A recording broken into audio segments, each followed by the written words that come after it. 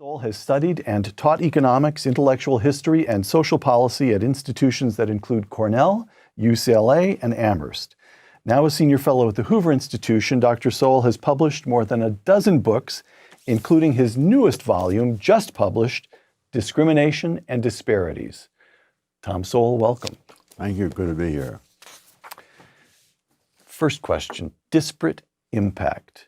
The legal standard holding that statistical differences in outcomes among groups can be enough to establish illegal discrimination even in the absence of evidence of intentional discrimination. That's the concept. Two quotations. One is you, in your new book, Discrimination and Disparities, quote, "The disparate impact standard represents a major departure from American legal principles where the burden of proof is usually on those making the accusation," close quote. Here's the second quotation. This is the journalist Lauren Kirchner writing in The Atlantic. Get ready. "Attorneys have used the concept of disparate impact to successfully challenge policies that have a discriminatory effect. It's been deployed in lawsuits involving employment decisions, housing, and credit. Over the past several decades, disparate impact has represented an important tool for assessing and addressing discrimination," close quote. An important tool? Are you persuaded? Oh, I am. Lawyers have made millions doing this. Right. But what about the notion that we need a disparate impact test because discrimination, particularly racial discrimination, particularly against African Americans, is so deeply embedded in the fabric of this country that people discriminate all the time without even being aware of it? If you're going on that assumption, then you don't need the disparate impact theory. You just simply say what you've just said. To dress it up as the disparate impact theory, the disparate impact theory depends upon the truth of the assumptions. All right. I might also Sure. add that whenever you look at theory, you see this implicit assumption that all of the groups are very similar in their capabilities, what they want to do, and so forth. When you look at facts, you find disparate impacts everywhere. There's been a story in the Wall Street Journal today about the Irish. Well, if you just go back to the 19th century and you take the Irish, the Italians, and the Jews, just to pick three European groups, something like 40% of all the Italian immigrants to the United States returned to Italy. The Irish and the Jews were not going back to anywhere. They were glad they got out of where they got out of, and they stayed here. If you look at things like politics, the Irish were so far more advanced politically than either the Italians or the Jews that for generations you had Irish politicians representing neighborhoods that were overwhelmingly Italian or Jewish. Everywhere you turn, my gosh, you find these disparate impacts. And in the book, I go into nature, that you don't find things happening randomly around the world. You find 90% of all the tornadoes in the entire world occurring in one country, namely the United States. And as part of the United States, you don't hear about tornadoes in Maine or in the Pacific Northwest. And so, I don't know, think how much land area there is in the world, and 90% of them right in this one little place. So the large point here is reality is lumpy and uneven and particular. Yes. And it just doesn't fit the kind of bland, smooth reality that seems to be in the premise, in the back of the theorist's mind. Yes. All right. Discrimination and disparities. Let's get the underlying argument of the book established here. I'm quoting you again, Tom. "The fact that economic and other outcomes often differ greatly among individuals, groups, institutions, and nations poses questions to which many people give very different answers. At one end of the spectrum, the belief that those who have been less fortunate are genetically less capable." That's the racist argument, essentially. All right. At the other end, the belief that those less fortunate are victims of other people. And that's the argument, for me to put it crudely, that's the argument that liberals or progressives tend to make. Yes. Okay. Although I will say progressives were in the forefront of those, putting the genetic argument 100 years ago.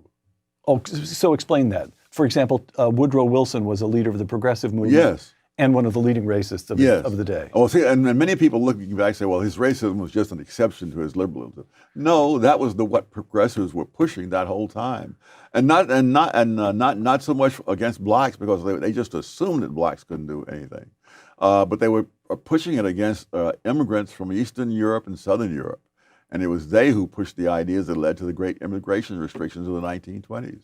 All right. Again, discrimination and disparities. Disparities can reflect the plain fact that success in many kinds of endeavors depends on prerequisites peculiar to each endeavor, and a relatively small difference in meeting those prerequisites can mean a very large difference in outcomes. Close quote. Now, you illustrate that point by describing a sociological or psychological experiment that Professor Terman here at Stanford conducted at the beginning of the 20th century or so. Well, it wasn't so much an experiment, it was an empirical study. He picked something like 1,500 people who had IQs in the top 1%, and he followed them, or his program did, for a period of more than 50 years to see how they turned out. And so, and what I point out in the book is that the disparities within that narrow range, the top third, for example, had more than 10 times as many postgraduate degrees as the bottom third among people who were all in the top 1%. So there were obviously many other things that had to come together. Right. The other thing was that two people who failed to make the 140 IQ cutoff ended up getting Nobel Prizes in physics, as nobody among these 1,500 ever did. So obviously there have to be a lot of things come together. And you write, again, I'm quoting you here, Tom, the biggest differentiating factor in that study was family background. Yes. And explain that. Well, the ones who were in that top third, they came from families that were more educated. The ones who were in that bottom third, something like almost 30% or so, had a parent who had dropped out of school before the 8th grade. So it doesn't matter how much brain power you may have. If you're not raised in a home where people are thinking, where they're doing intellectual things, you're not in the same position as someone with the same IQ who's in a family that has that kind of background. So the point is, you've got these 1,500 brilliant kids. You follow them for 50 years, and if nobody knew anything else about them, they'd say, gee, some of these people are relatively poor, and some of these people are relatively unfortunate by comparison with the others. And Tom Sowell says, well, the genetic argument is ruled out of bounds immediately because they're all brilliant. They're all in the top 1% in terms of smarts. But so is the argument that anybody victimized them. The principal factor that accounted for success as opposed to failure or ending up was family background. And that's really not victimization. That's a question of almost cosmic luck. Absolutely. What kind of family? That's right? Is that yes, right? Okay. This is why I spend so much time on the difference between the firstborn child and the others. Oh, explain that. Well, I first became aware of this years ago when I came across some data on the finalists for the National Merit Scholarships. And in 5-child families, that finalist was the firstborn more often than the other 4 put together. And in 4-child families, that firstborn was the finalist more often than the other 3, and 2-child, wherever you do it. And the only child who does better than the firstborn is the only child. And then the other thing is that twins tend to have several points lower average IQ than people who are born one at a time.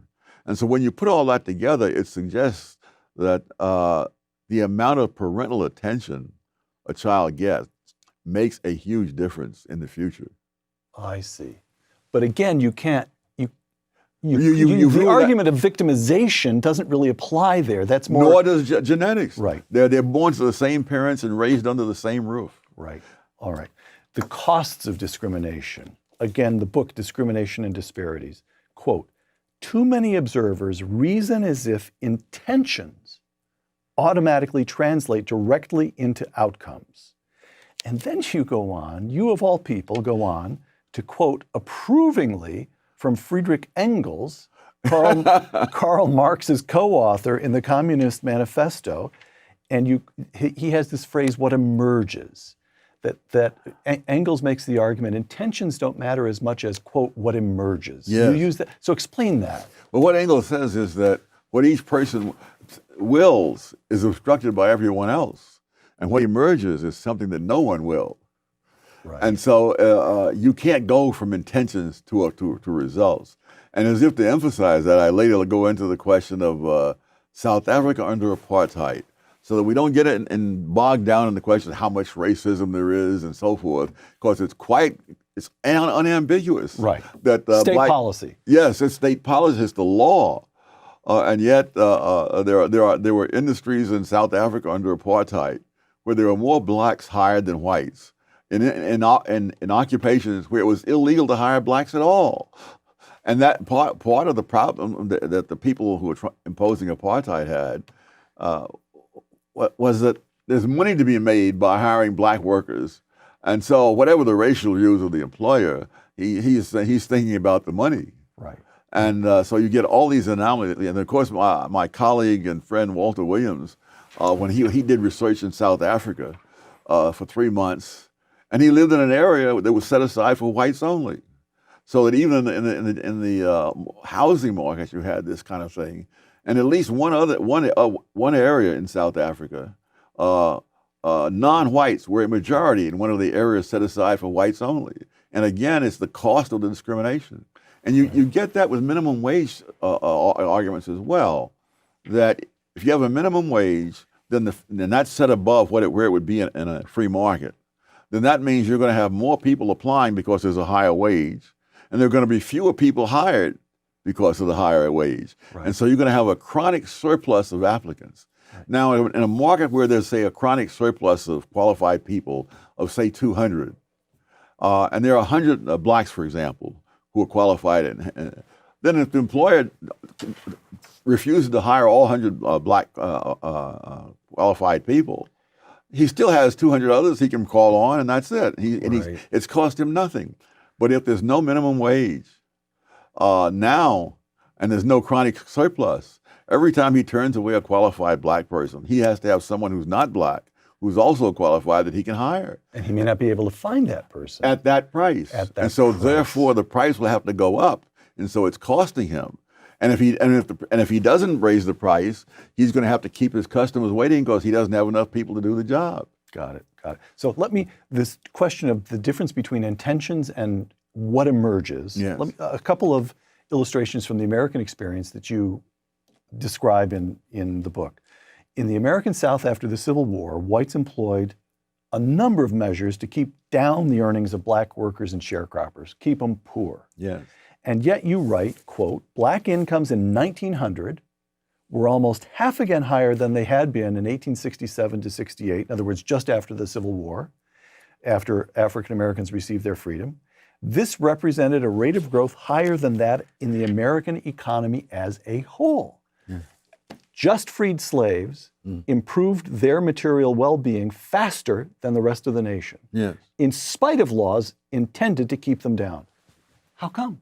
Well, it wasn't so much laws in this case, it was agreements. Agreements, I'm sorry. And many of these agreements simply fell apart because, especially in agriculture, because as the spring comes in, you've got to get yourself a workforce out there to plow that ground and plant the seeds. Otherwise, there's no crop. You lose a whole season, right? Yeah, right. So the people who decided they weren't going to stick by the landowners, they weren't going to stick by this agreement.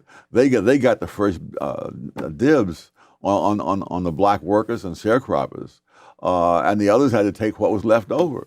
Okay. And they got away with a lot of really terrible cheating the first year or so.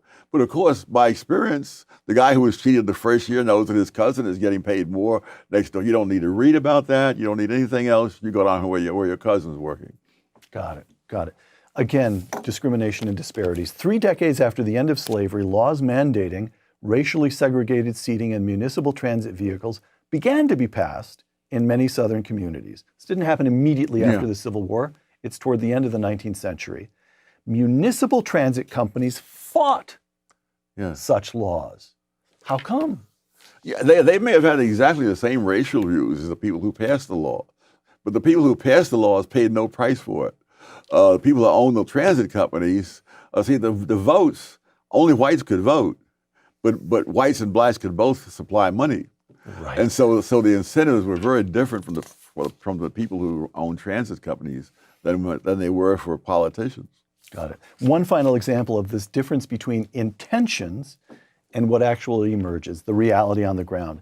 Housing right here in Northern California. Beginning in the 1970s, as you explain in the book, San Francisco and other communities right here in Northern California began enacting building restrictions in the name of protecting the environment, open spaces, protecting the environment, and so forth.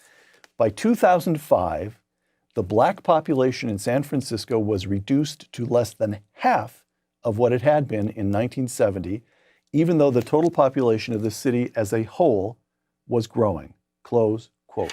What happened? Well, as the prices, as the restrictions on housing were put in, then of course that meant the growing population was not accommodated by a growing amount of housing.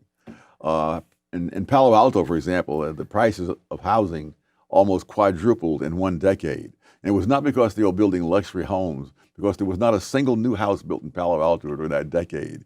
It meant that the existing houses almost quadrupled in price. It's amazing how in California there are people asking, what can we do about the affordable housing price? Build more houses. And they'll appoint some blue ribbon committee. Now, it's like appointing a blue ribbon committee to go out there and find out why the ground is wet after the rain. You know, I mean, it's really, it's amazing how, I think it's almost miraculous the way they can avoid the obvious. So Tom, if we were to apply the disparate impact standard to the question of the legal building regime, the legal building regime in San Francisco, we would be forced to conclude that the devout liberals of San Francisco had enacted a soft version of Jim Crow. Absolutely, but they don't seem to ever get around to applying the disparate impact theory in those cases. Okay. The Great Retrogression. This may be the biggest contrast between intentions and what emerged. And that is the way that circumstances for African Americans were starting to improve and then turned around. Poverty, discrimination and disparities. Quote, the plain fact is that the black poverty rate declined from 87% in 1940 to 47% in 1960, prior to the expansion of the welfare state that began in the 1960s under the Johnson administration. There was a far more modest decline in the poverty rate among blacks after the war on poverty began, close quote. How could that have been? Well, it could be because the things that they thought were going to help did not help, and in many cases made things much worse. One would be the welfare state, which provide, and the other would be things like minimum wages, which just price people out of their jobs. It's amazing how that simple concept never seems to get through to so many people. All right. Crime. And in this case, you're writing not only about African Americans, but about low-income people generally. In the United States, murder rates, rates of infection with venereal diseases, and rates of teenage pregnancies were among the social pathologies whose steep declines were suddenly reversed in the 1960s. Nowhere was rampant violence and other social pathology as common among low-income people in the first half of the 20th century, when they were more deprived, as in the second half, when the welfare state had made them better off in material terms, close quote.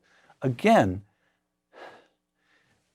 it's not the intention of anybody enacting the welfare state to cause increases in violence, but it happened. Yes. What was the disconnect between intentions and what emerged?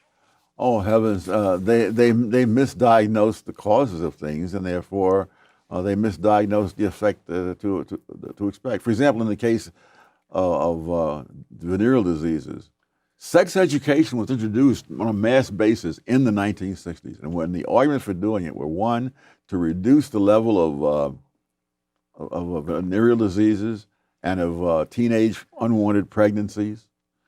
And both those things had been going down on their own. That is, and by 1960, the rate of infection for venereal diseases was something like half of what it was in 1950.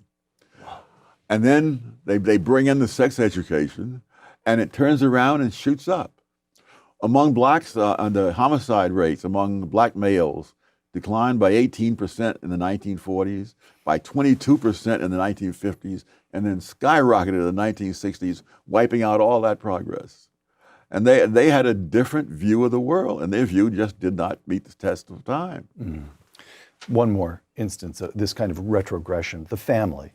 Again, discrimination and disparities. As of 1960, this one, I just find this one heartbreaking. As of 1960, 2/3 of all black American children were living with both parents. That declined over the years until only 1/3 were living with both parents in 1995.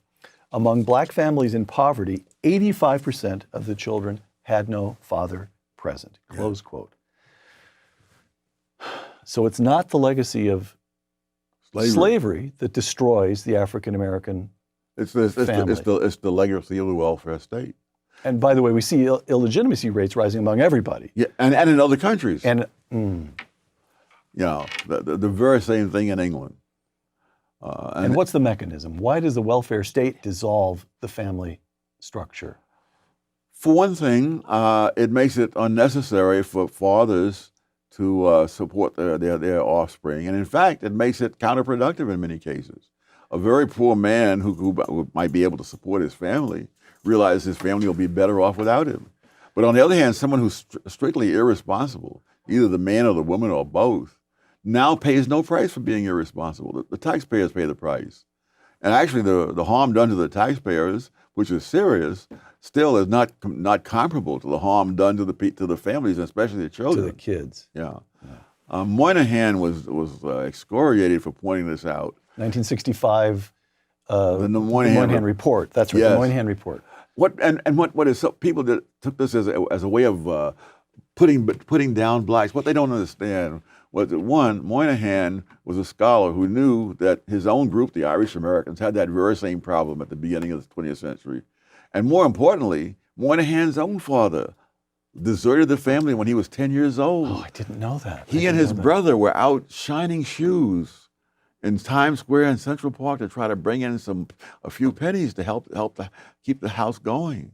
And so where they'd been living in this wonderful suburban area, suddenly they were in a very rough neighborhood, and they were shining shoes in Times Square to try to make ends meet. And so he understood that this was one heck of a problem that people should be warned about, and he was simply excoriated. Discrimination and disparities. Much of the social retrogression that took place is traceable to the central tenet of the prevailing social vision that unequal outcomes are due to adverse treatment of the less fortunate. Yeah. Okay.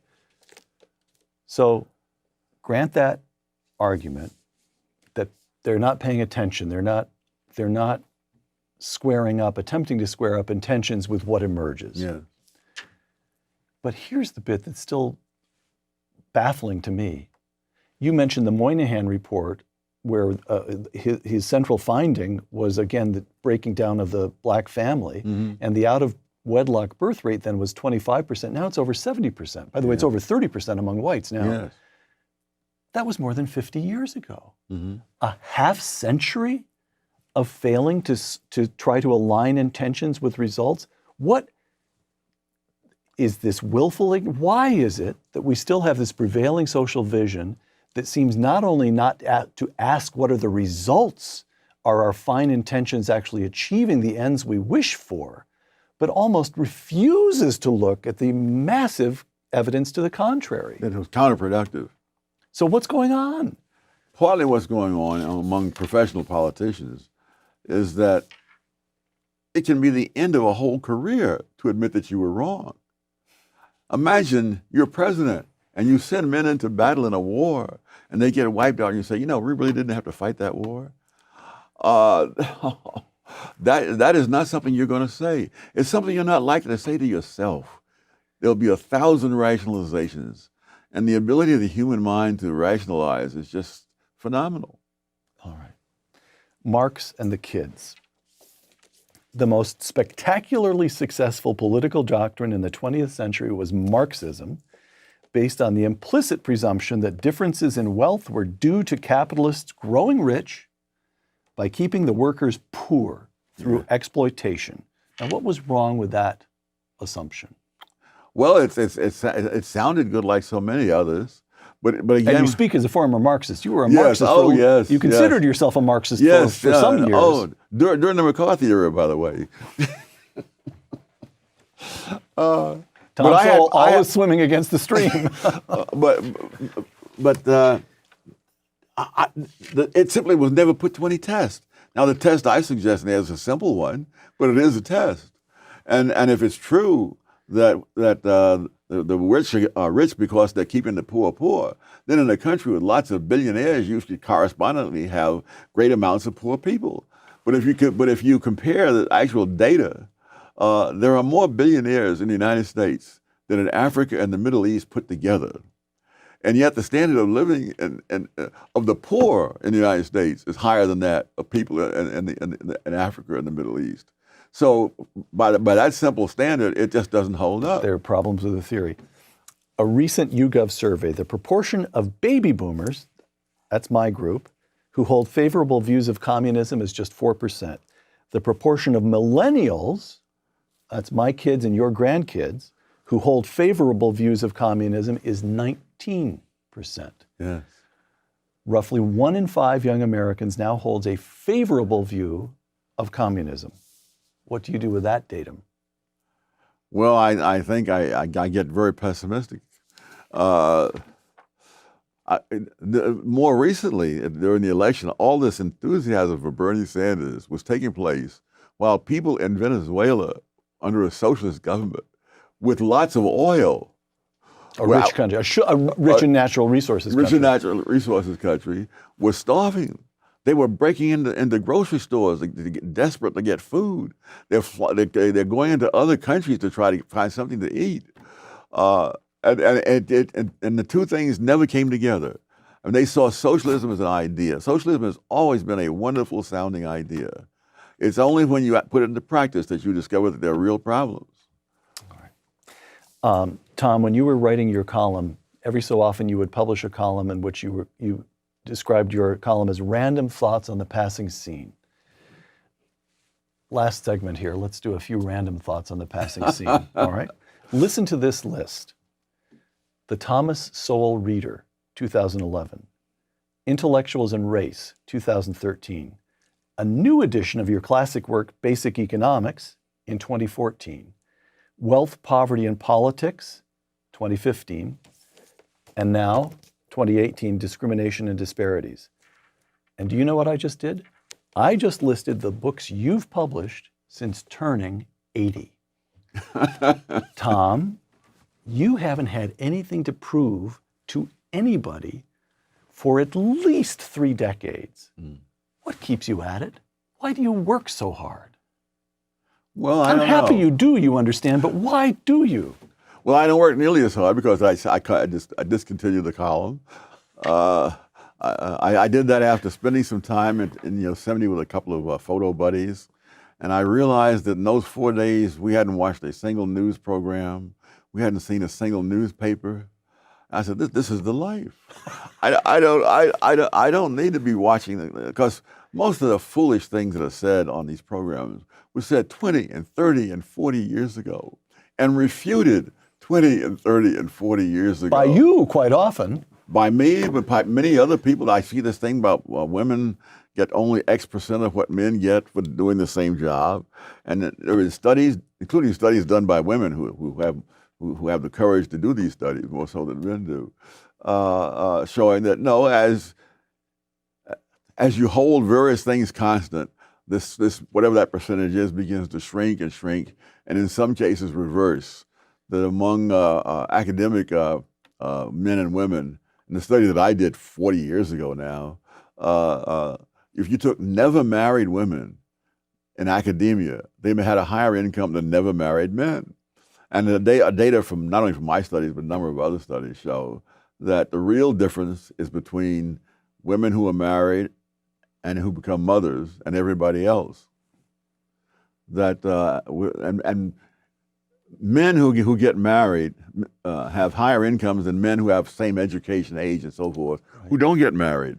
And women who get married have lower than women who don't get married. And of course, this is because of the division of labor within the home. Right. And there's so many statistical mess ups when they do these comparisons. I can't even get into them all. But you're happier when you're not reading the news. Absolutely. But at the same time, you're also happier when you're working on a book. Yes, when I can go out there and get the hard data and find out what's really happening. Got it. Got it. This is the mandatory subject, Donald Trump. During the presidential campaign, you wrote a column, this is when you still had your column, that appeared under the headline, "Choose Trump. He'd be easier to impeach." And you wrote that voters faced a choice between, I'm quoting you, two out-of-control people, one of whom is going to be president. And you said since Hillary Clinton would be the first woman chief executive, she'd be very difficult to impeach, but Trump would be easier to kick out, so vote for Trump.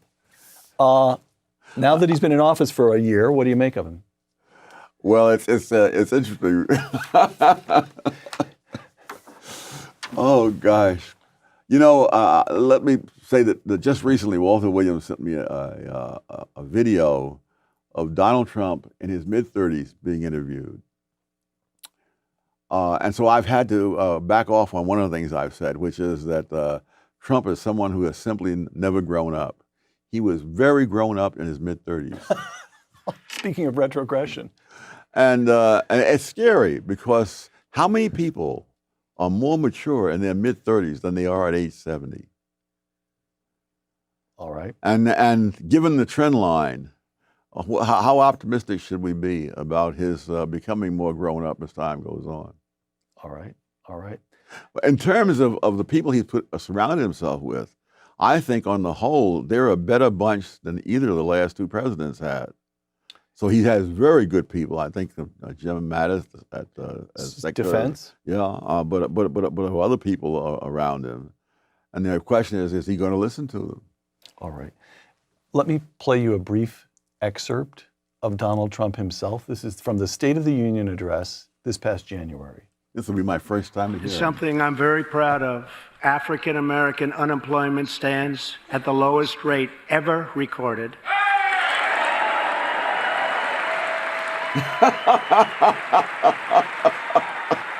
Okay. Oh my! He produces a maybe the statistic isn't quite right. There maybe no, it is. It is. It is. Yes. And there you see a shot. You see Republicans standing and applauding, and there you see a shot of Democrats who are sitting on their hands, including many members of the Black Caucus. Yes. In Congress. What do you make of that? That, as with so many other groups around the world, the leaders of groups that are lagging are often themselves one of the biggest handicaps of those groups, because they have to depict the problems in ways that will allow them to play the role of rescuers. And so there'll be no talk about how you can do this or that for yourself. There'll be talk about what we can get the government to deliver for you. And usually that's a lot of words and things that have bad effects. And that's true not only with blacks in the United States, it's true of people in the lower income people in England and elsewhere. So it's actually dangerous for less fortunate people to turn to politics. Oh yes, as a form of redress. No question about it.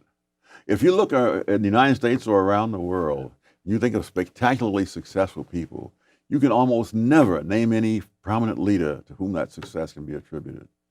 I mean, who has made what Asian leader has made Asians successful?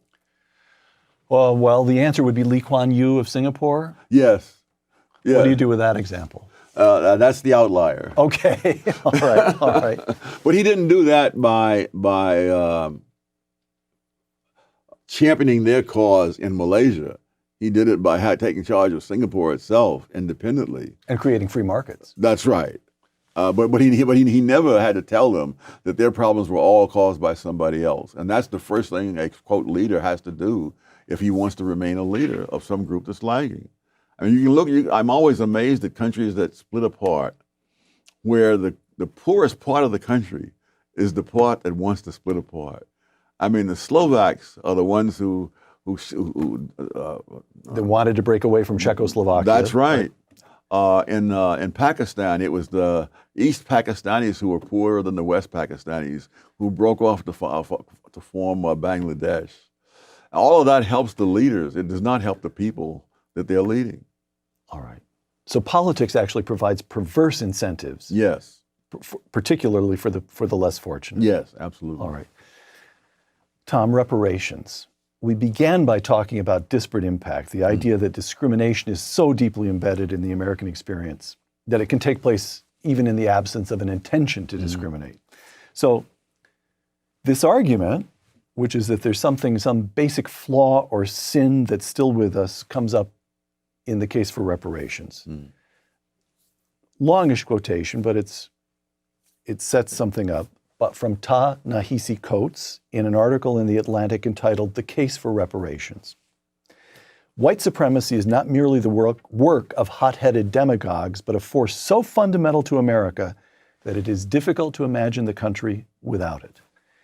And so we must imagine a new country. Reparations is the price we must pay to see ourselves squarely. The wealth gap merely puts a number on something we feel but cannot say, that American prosperity was ill-gotten and selective in its distribution. What I'm talking about is more than recompense for past injustices. What I'm talking about is a national reckoning that would lead to spiritual renewal, close quote. And Tom Sowell makes what of that? Well, it tells me that I've made the right decision not to read The Atlantic for decades. Slavery is a very big subject. I have in my home an entire bookcase of books about slavery in various parts of the world and various times of history. And the sad fact is that slavery has been a universal institution for thousands of years, as far back as you can trace human history. And what we're looking at is if slavery is something that happened to one race of people in one country, when in fact the spread of it was around the world. In 1776, which is when Adam Smith published The Wealth of Nations, as well as when the United States got started, he said that Western Europe is the only place in the world where there is no slavery. And even the Western Europeans had vast numbers of slaves in the Western Hemisphere, yes, but not in Western Europe itself. And so if you're going to have reparations for slavery, it's going to be the greatest transfer of wealth back and forth, and between and cross-hauling, as they say in the railroads, because the number of whites, for example, who were enslaved in North Africa by the Barbary pirates exceeded the number of Africans enslaved in the United States and in the American colonies before that, put together. But nobody is going to North Africa to ask for reparations because nobody is going to be fool enough to give it to them. Here we have intellectuals who can imagine a different history from the rest of the world, even though it's so similar to the rest of the world. Tom, would you close our program by reading a passage from your marvelous new book, Discrimination and Disparities?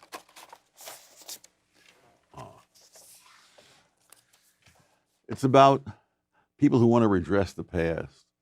The only times over which we have any degree of influence at all are the present and the future, both of which can be made worse by attempts at symbolic restitution among the living for what happened among the dead, who are far beyond our power to help or punish or avenge. Any serious consideration of the world as it is today, around us today, must tell us that maintaining common decency, much less peace and harmony, among living contemporaries is a major challenge, both among nations and within nations. To admit that we can do nothing about what happened among the dead is not to give up the struggle for a better world, but to concentrate our efforts where they have at least some hope of making things better for the living. Dr. Thomas Sowell, author of Discrimination and Disparities, thank you. Thank you. For Uncommon Knowledge and the Hoover Institution, I'm Peter Robinson.